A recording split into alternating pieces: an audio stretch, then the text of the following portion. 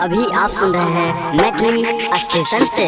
हम धैले छियै जीद लेके सुपावा खरीद मैया हे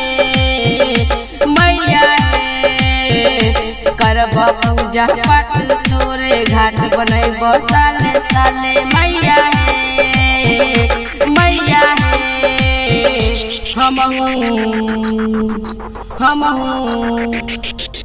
हमहू छियो गरीब दुखिया तैयो करबो तोर पूजैया। हमहू छियो गरीब दुखिया तैयो करबो तोर पूजैया।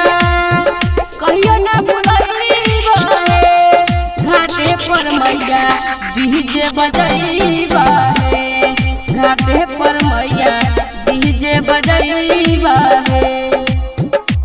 हमहू धैले छियै जीद लेके सुपावा खरीद कहियो ना भुलैबा हे घाटे पर मैया डीजे बजैबा हे घाटे पर मैया डीजे बजैबा हे।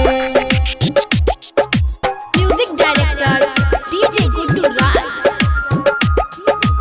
लखनपुर महेश पटेल। पीएससी मनोरंजन फिल्म्स, विधान बाजार समस्तीपुर, विधान बाजार समस्तीपुर, विधान बाजार समस्तीपुर। कार्तिक के पावन महीना लागे छै मन कहीना जियल बेकार छै हमर तोरा भक्ति के बिना फसल छै हमर नैया।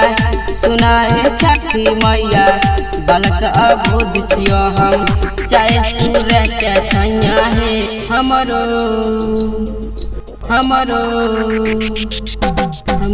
व्याकुल छलै मन कहिया देबो दर्शन। जीवन पानी में बिताईबा हे घाटे पर मैया डीजे बजैबा हे घाटे पर मैया डीजे बजैबा हे। म्यूजिक डायरेक्टर डीजे गुड्डू राज, लखनपुर महेश पटेल। अभी आप सुन रहे हैं मैथिली स्टेशन से। अभी आप सुन रहे हैं मैथिली स्टेशन से। तू ही मैया छो हमर तू ही नैया छो हमर जग छै तोरे सहारे। तू ही मैया छो हमर हे बजनिया के झोली भरिहा दया भगतन पर करिहा। रन के धूल छियो हम अपना घाटे पर रखियो हे रूपे समंदीप के छै गीत अमल से छत्तीस के संगीत गनम मंदिर से गवैया हे घाटे पर मैया डीजे बजैबा हे घाटे पर मैया डीजे बजैबा हे। पीएससी मनोरंजन फिल्म्स, विधान बाजार समस्तीपुर।